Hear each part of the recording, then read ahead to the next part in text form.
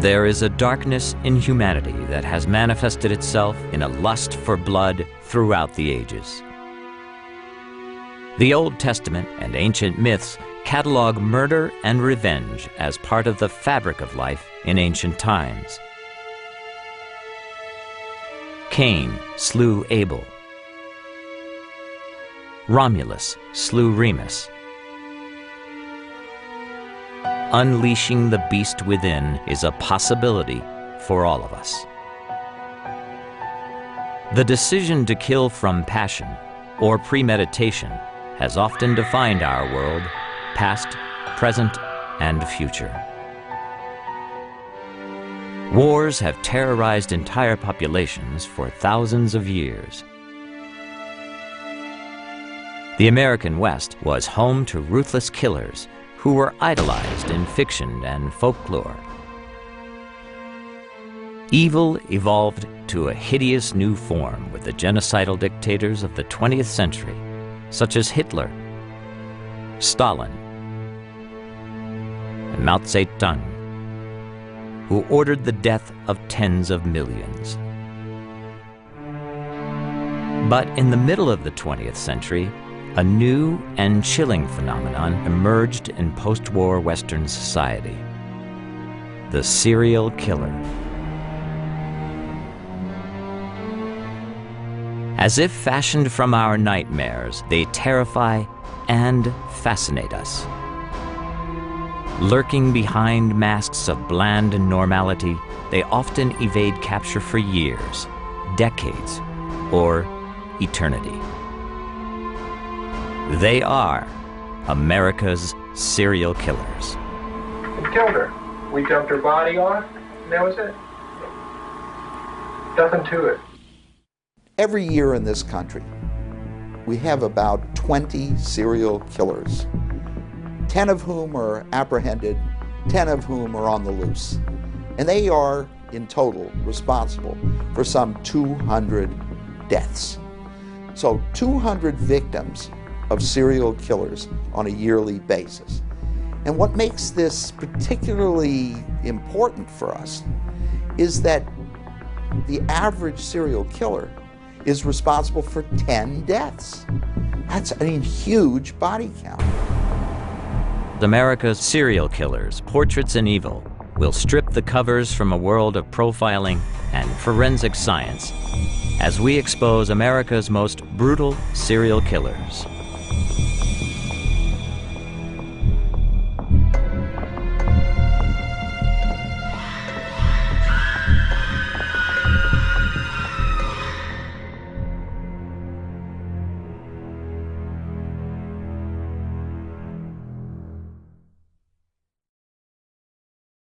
You know, the 1960s and 70s represented the dawn of a new era of serial murder in this country. And we saw the Boston Strangler in 62 through 64. The Zodiac was operating from 1969 on. Charles Manson in the late 1960s. And people were not used to thinking about these kinds of crimes because they hardly ever occurred. And then all of a sudden, we saw this tremendous increase in serial killings around the country. And it continued for several decades, so that many people were terrified wherever they lived, because even if there was no serial killer on the loose, they suspected that there was. In 1963, the decade of the 60s, the decade of the new frontier, the decade of hope and promise, was shattered irreparably with the assassination of President John Fitzgerald Kennedy. America was about to become a killing field. The 1960s were about to become the decade of death. As an unpopular war raged in Vietnam, television and newspapers reported daily body counts in the hundreds from both sides as headline news. When black civil rights activists confronted the old racist forces of the South, they were met with murder. In 1964, 3 civil rights activists, Michael Schwerner, James Chaney, and Andrew Goodman, were murdered. By 1965, America exploded in rage, and for 2 years, violent clashes arose on American streets as inner cities became scenes of brutality and horror. From Watts to Detroit, hundreds died. All of it shown nightly on the news. On July 14, 1966, Richard Speck introduced television audiences to a new deadly phenomena, the murder spree, when he brutally and systematically killed 8 student nurses from South Chicago Community Hospital. By 1968, death was everywhere in the news, and nowhere more poignantly than when Martin Luther King Jr. and Bobby Kennedy became the next victims of assassination. The decade of death ended in tragedy in 1970, when the flower power and peace visions of the hippies turned deadly, and 4 students were killed by National Guardsmen at Kent State University. But the American penchant for murder found a whole new facet in the late 60s, thanks largely to an ex-convict and sometime musician from California. No one personified the dark side of the 60s clash of values more than the sex and drug-crazed demon hippie, Charles Manson. He added a new element to the overall violence of the period and opened the floodgates to a new wave of serial killing. Manson's perversion of life included an apocalyptic race war he named Helter Skelter, after the Beatles' hit song by the same name. The race war never materialized. Instead, the demented Manson and his equally demented family launched America onto the path of a serial killing spree that would last for decades. Well, Manson certainly got people interested in crime and homicide. They got interested because of the semi-celebrities that were killed. I'd say semi because they weren't that well known yet. I think they were on their way to becoming well known. And the way the media treated some of the crime scenes that the sheriff's department allowed them to. The media basically walked all over the law enforcement community during part of that case, and they got a lot of information they shouldn't have had. And a lot of that information came out in the press and in television. Consequently, it just generated more interest on the part of the public. And it's almost as if that was the start of an era of serial killers as well as mass killing done all at one time.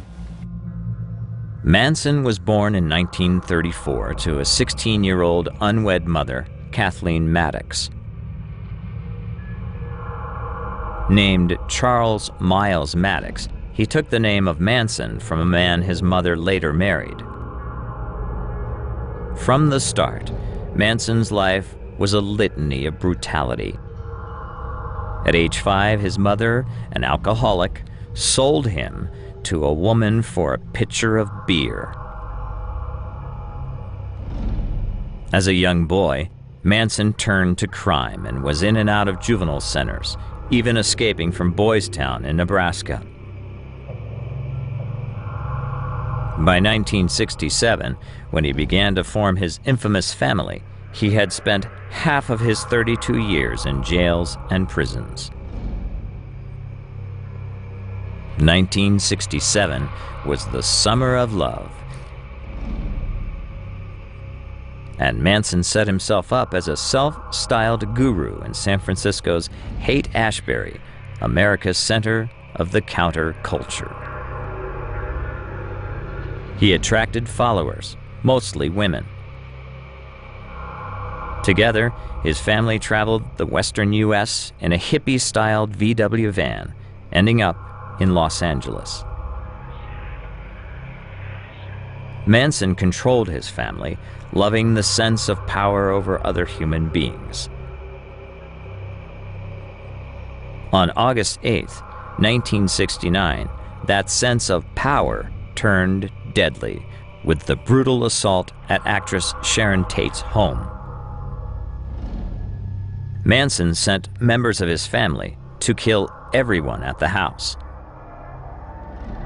The victims, Tate, 8.5 months pregnant, her friend Jay Sebring, Abigail Folger, heiress to the Folger coffee fortune, and her lover, were butchered, slashed and stabbed as many as 51 times. When the Manson family members left, they wrote the word "pig" on the front door in Sharon Tate's blood. 2 nights later, the family struck again. This time, led by Manson, they entered the home of Leno LaBianca and his wife, Rosemary. While Manson watched, the family members used knives to hack their helpless victims to death. The word "war" was carved into Leno LaBianca's stomach, while the couple's blood was used to write the words "rise," "death to pigs," and "helter skelter" on the walls of their home. When the Manson family was finally brought to justice, their horrific acts defied understanding. Yet, at the same time, they fascinated the public. And the cause of the killings was hotly debated. Some felt it was a political statement. Others do not agree. There are also times when I think there's a political element to this. When someone is angry at a particular group, it could be people who are gay, people who are of color, people who are Jewish. And so there's this preoccupation with kind of snuffing out not just these individuals, but this group of people that these individuals happen to represent. And they are so obsessed by this particular group that there's no sense of guilt or remorse. They feel as if they're accomplishing an important mission. I'm not sure the degree to which I buy into how much Charles Manson really believed in helter-skelter and the creation of a race war.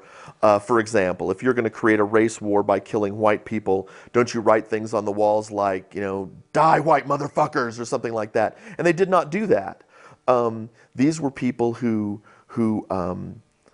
death became part of their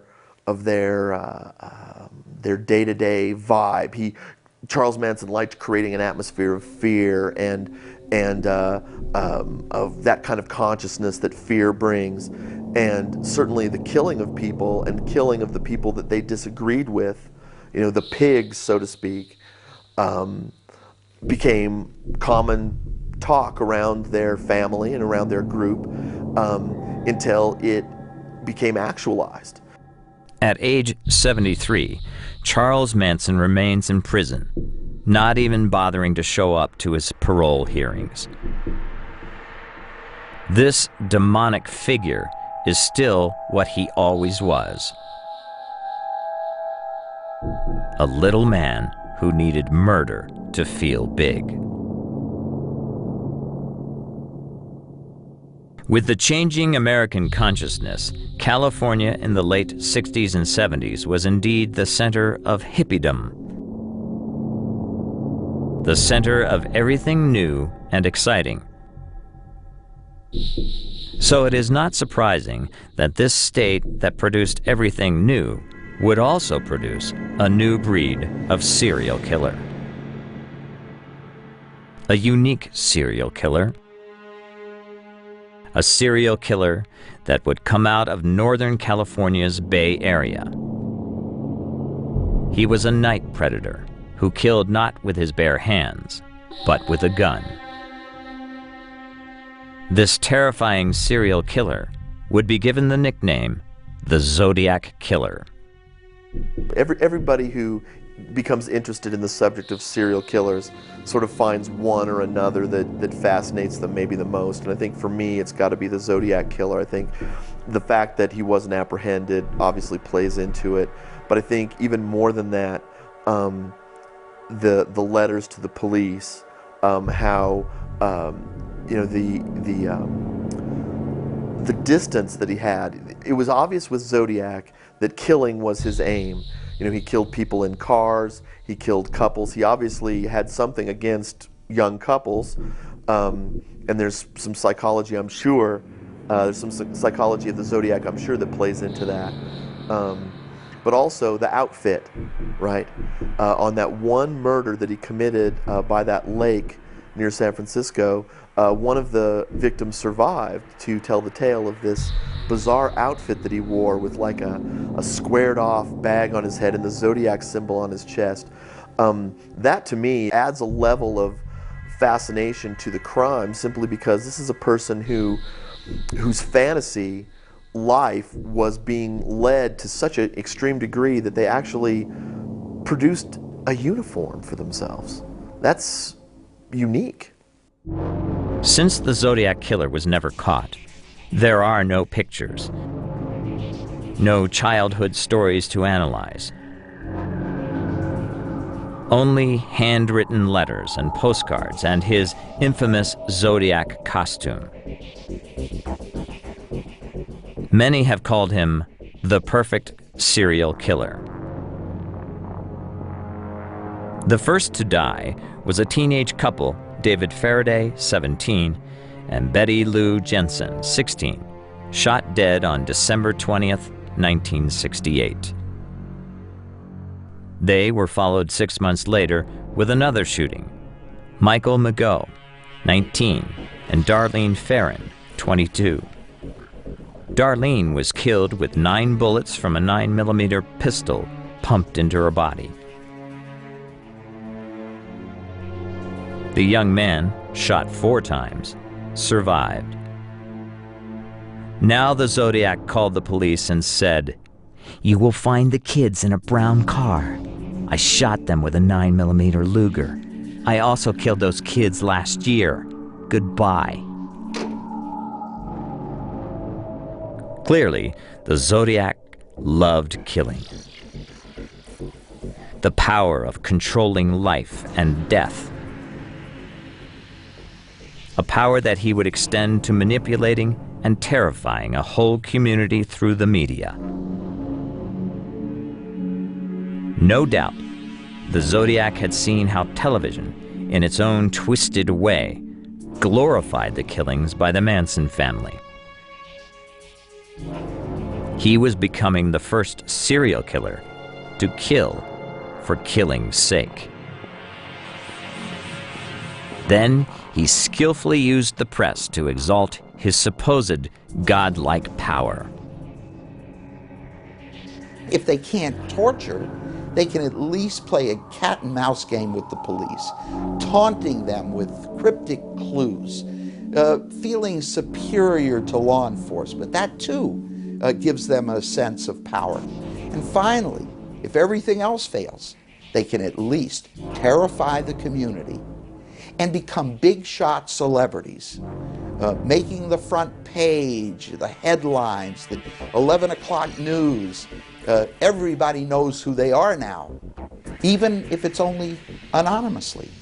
They have determined our agenda, and that makes them feel really good about themselves. Now the killer began sending a series of chilling communications to the press, each signed with the astrological symbol of the Zodiac. The letters were encoded and contained a line of cipher, decoded by 2 local high school teachers. The message read, "I will be reborn in paradise, and all those I have killed will become my slaves. I will not give you my name, because you'll try to slow or stop my collecting slaves for my afterlife." Panic spread throughout the San Francisco Bay Area. The Zodiac, as he was now called, would kill again on September 29, 1969. On that fateful afternoon, college students Brian Hartnell and Cecilia Shepard were relaxing along the shore of a Napa Valley lake. According to Brian, Cecilia noticed a man lingering in the shade of some trees nearby. Suddenly, he appeared wearing a black hood with eye slits and the Zodiac symbol painted on it. The assailant held the frightened students at gunpoint. Brian and Cecilia were bound with clothesline.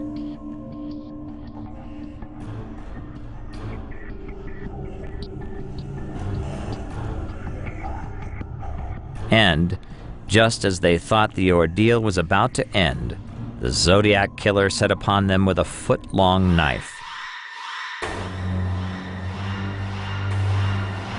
When the savage attack was over, the stranger simply walked away and left his victims in agony. To prove he was responsible for this gory act, he inscribed the Zodiac symbol on the car and once again reported his crime and its location to the police. Cecilia Shepard was conscious when the cops arrived and gave a detailed description of the attacker. Shepard lapsed into a coma during transport to the hospital and never regained consciousness. She died 2 days later. But Hartnell survived to recount his tale to the press. The Zodiac's next and last confirmed kill was a cab driver.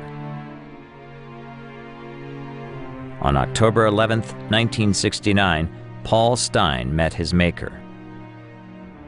He killed a taxi cab driver, and it very well may be that the only reason that taxi driver was killed was just so he would have another opportunity to taunt the police. He paused after killing this person to rip a piece of their shirt off, simply so he would be able to send it into the police and have a way of identifying, yes, I really am the killer of these people. Zodiac would continue to taunt police and manipulate the press for years. A 340 symbol cipher mailed November 8, 1969 remains unsolved, but there were no more confirmed killings. Although many were suspected before and after the 5 he killed and the 2 he wounded, the Zodiac would never be identified. He would become the most famous never-captured serial killer after Jack the Ripper, and perhaps is still alive today.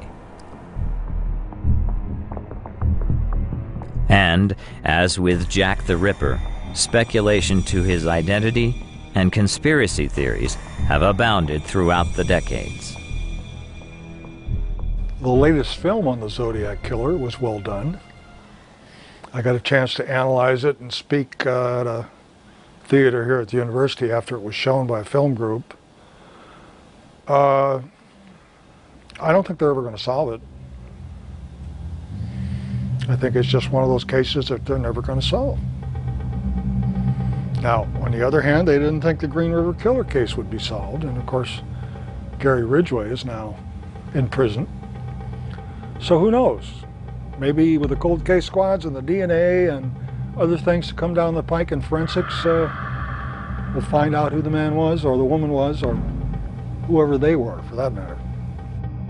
Such was not the case for another serial killer with the same signature as the Zodiac. The man who terrorized a city clear across the country. That place was New York, the center of world commerce. The Big Apple.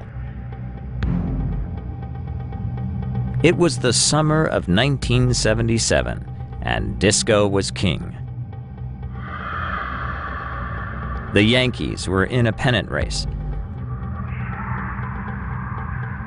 But the great city of New York was on edge. A two-day blackout in July had led to rioting and looting.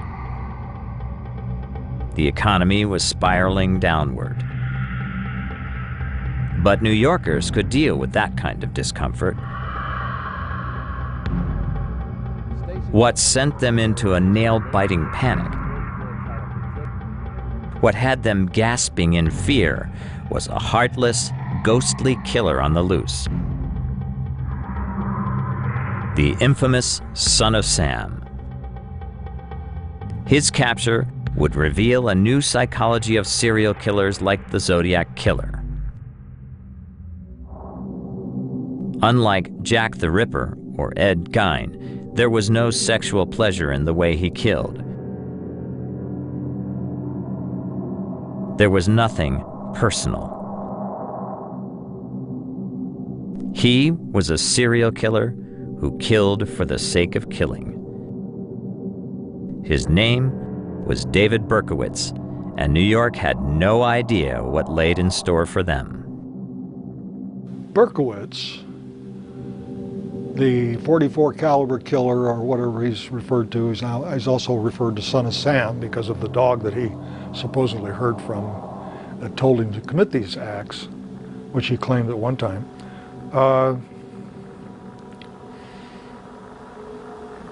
I think killed because he enjoyed it. I think he's just one of those people that was enraged and probably had some trauma in his background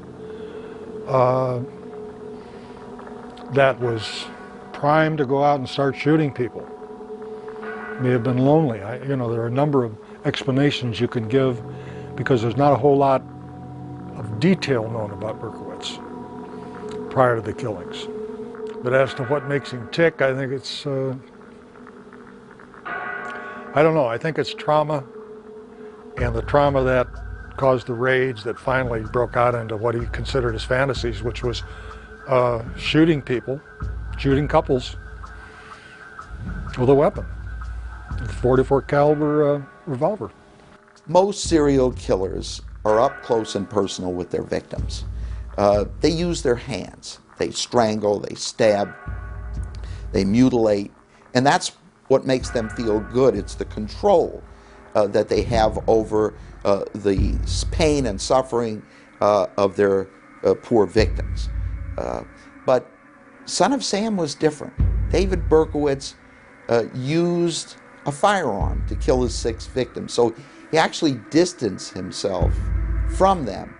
And it's that fact alone that makes you wonder what his motive was. The Son of Sam was born Richard David Falco in Brooklyn, New York in 1953. The adopted son of Nathan and Pearl Berkowitz, he was an odd and aloof child. He delighted in setting fires.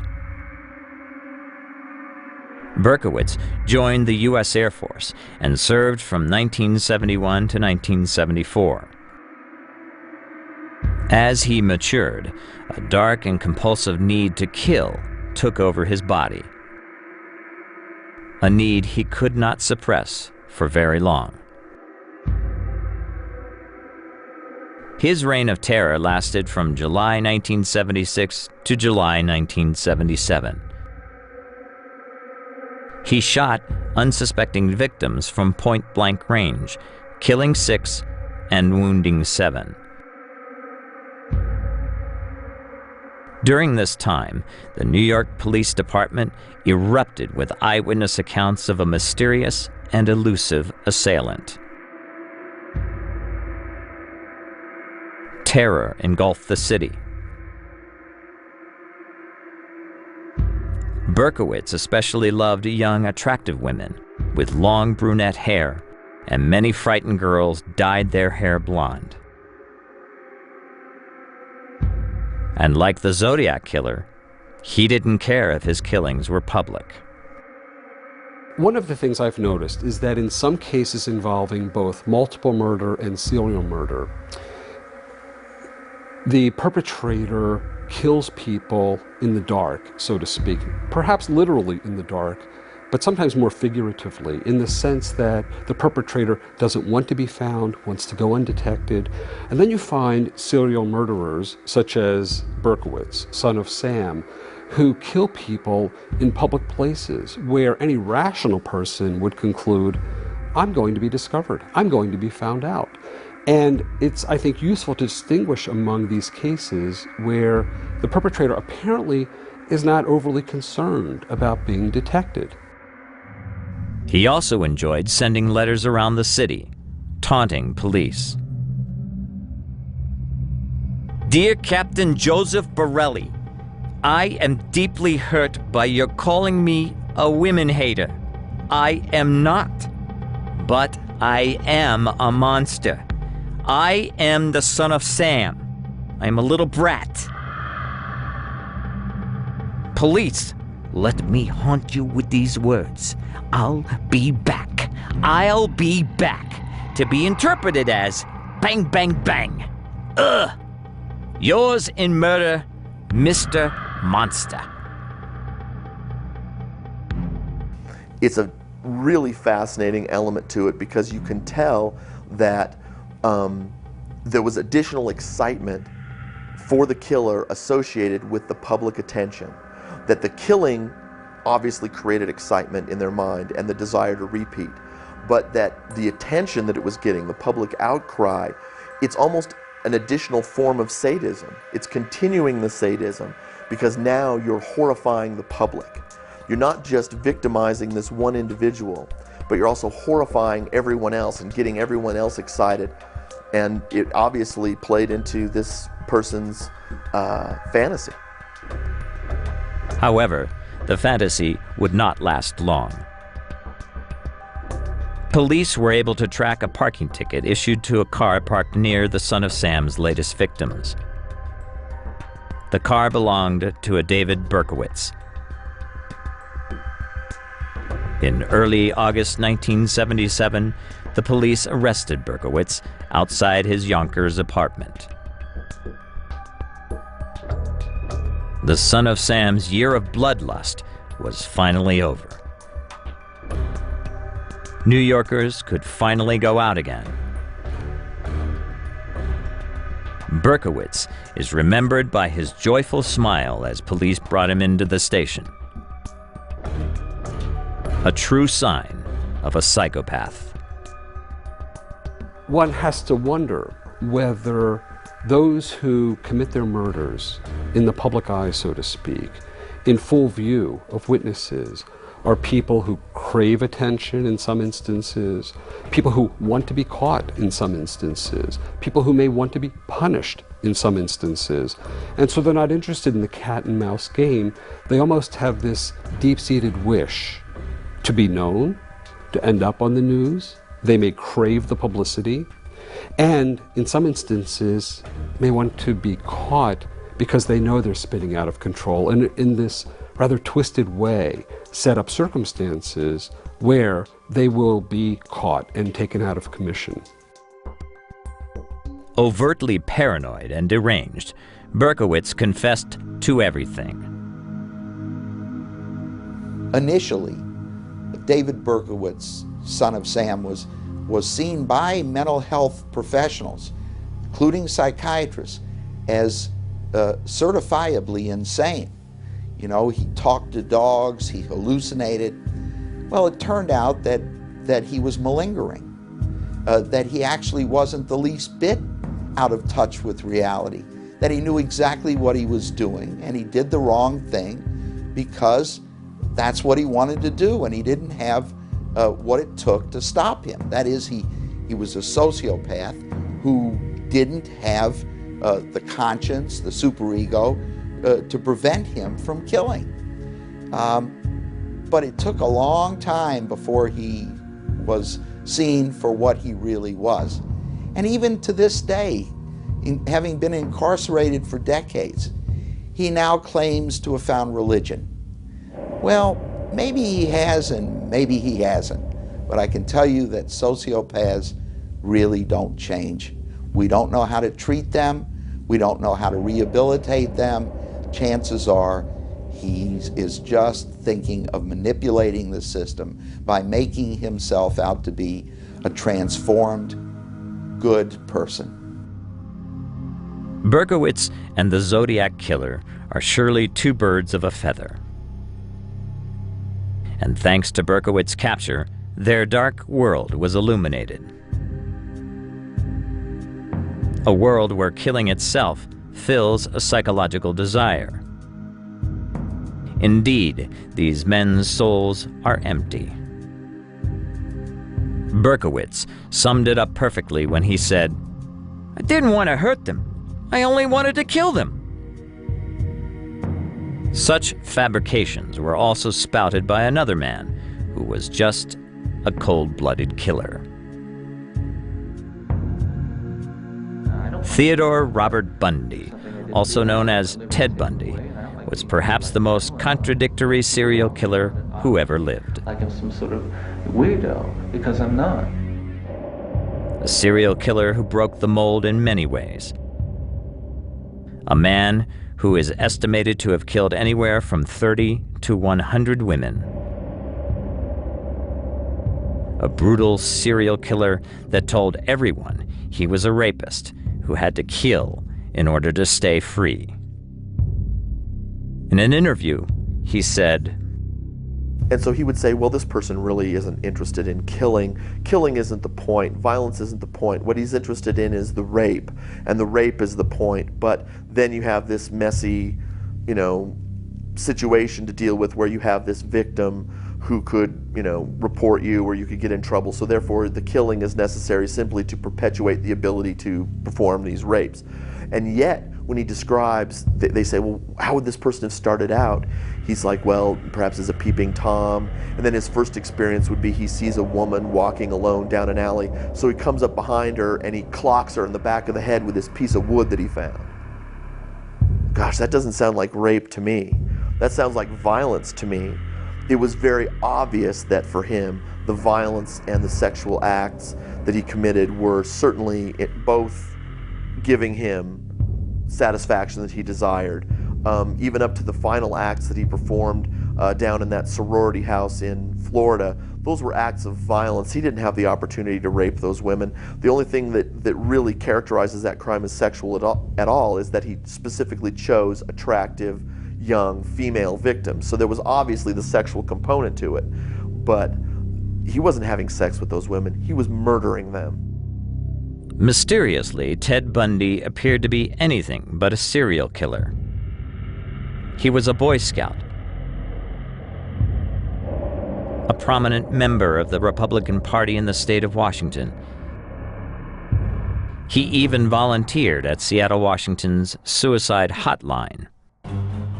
Ted Bundy, who killed dozens of women across the country, also worked on a suicide hotline in Seattle. He also saved the life of a 4-year-old drowning boy. And whether he was taking lives or saving lives, he was feeling powerful. And that's a very important motive among serial killers. Adding to his mystique, Bundy was a brilliant student, admired by his college professors. I think one of the most interesting things about Ted Bundy is the image that people have of him. He is seen as some kind of misguided genius. Really not such a bad guy. I mean, after all, he only killed dozens of women across the country, in Washington and Utah and Colorado and Michigan and Florida. And by the way, he was also a rapist. His last Victim was a 12-year-old girl in Florida, Kimberly Leach. He murdered her by shoving her face in the mud until she suffocated. You know, I don't see him as a misguided anything. I see him as a monster. As a serial killer, Bundy had a number of factors working in his favor. He was an ordinary, good-looking guy. A guy who used all the glad-handing skills he learned during his days of associating with politicians. I think there's a myth that is propagated because Ted Bundy was a charming, handsome guy. It was easy for him to lure his victims. He didn't look like the monster that he was. He was extraordinarily ordinary in his appearance. He looked like the last person you'd suspect, not the first. And that, I think, colored the image that we have of serial killers ever since the 1970s. It is the myth of the evil serial killer genius. The serial killer genius brilliantly portrayed by Anthony Hopkins in the 1991 movie The Silence of the Lambs.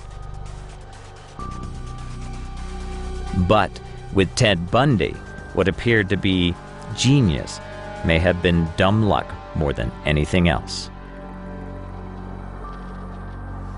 One of the things about Ted Bundy that I think sets him apart, besides the sheer number of women that he killed, was his chutzpah. This was a guy who was very brash in many of the things that he did, and committed crimes that were that took a great deal of risk to perform. In one case, he went to a very popular recreation area, Lake Sammamish, and wore a fake cast on his arm and elicited the help of two different young women to help get a boat onto or off of his automobile, and then actually got them to accompany him to another location where twice in the same day he raped and murdered these two women in the same location. They were both kidnapped from a very public place. Numerous people saw him that day, were able to provide descriptions of him that day, were able to provide a description of his automobile, and yet he wasn't apprehended after that. Bundy was born in Burlington, Vermont, at the Elizabeth Lund Home for Unwed Mothers. The identity of his father was never known, though relatives were suspicious about his grandfather, who was abusive and violent to his mother, Louise. Raised with his grandparents, he believed his mother was really his sister. Indeed, the truth about Bundy's young mom was hidden for the next 20 years. In 1950, Louise and Ted moved to Tacoma, Washington, where she married Johnny Culpepper Bundy. Throughout his childhood and into college, Bundy remained shy and never fit in socially. While attending the University of Washington, he met a vivacious young co-ed, Stephanie Brooks, who later dumped him because of his immaturity and lack of ambition. But Bundy wasn't through with her. In fact, in a macabre fashion, he would never be through with her. In 1968, Bundy changed. He became more ambitious. A man who wanted to be in charge. He rekindled his relationship with Stephanie. Then, just after New Year's 1974, he abruptly broke it off. A few days later, he began his violent attacks against women. Once Bundy began killing, he became an insatiable murderer. His signature was his brutality. All his victims, except the last, were killed by a savage blow to the head. At the same time, all his victims looked like his ex-girlfriend. Ted Bundy, he chose his victims, I think, because of appearance of his girlfriend. If you look at photographs of his victims, all of them have the long dark hair, and usually it's parted down the middle, and there's a very similar appearance to each one of them, which is very similar appearance to his girlfriend. Bundy's first known murder victim was a 21-year-old college student, Linda Ann Healy. Bundy snuck into her apartment, knocked her unconscious, wrapped her in a sheet, and carried her out of the apartment. Her skull was found a year later. Now, Bundy's frenzy for rape and murder dominated him completely. For the next year and a half, Bundy murdered at least 27 women as he traveled through Oregon, Colorado, and Utah on a brutal killing spree. Police in each state reported female victims, all young and attractive. He was finally captured in Granger, Utah, after a botched kidnapping. Bundy was sentenced to 15 years. But escaping from jail, he made it to Florida, where he killed at least 3 more times before he was caught and sentenced to death in Florida's electric chair, Old Sparky. On January 24, 1989, the so-called genius of death was himself finally dead. Besides his charming manner and ordinary good looks, one of the main reasons Bundy eluded law enforcement was that he was the first to move out of a local comfort zone. All other serial killers up to this point, from Jack the Ripper to Ed Gein to the Boston Strangler to the Zodiac Killer to the Son of Sam, did their killing in basically a single jurisdictional area. In short, they did not move over great distances. Bundy broke the mold. Ted was different at the time. He did cover a lot of space in a relatively short period of time, which was kind of unknown at that time. Now it's much more common. We see killers moving at greater distances from their homes or from their point of operation, if you will, to commit a crime because they don't want to be seen in their own area. Some killers, granted, like a comfort zone, they're familiar with the area. But as I said, we're seeing more and more that will go longer distances. How and why serial killers murdered were becoming ever more a mystery. And therefore, they were increasingly difficult to catch.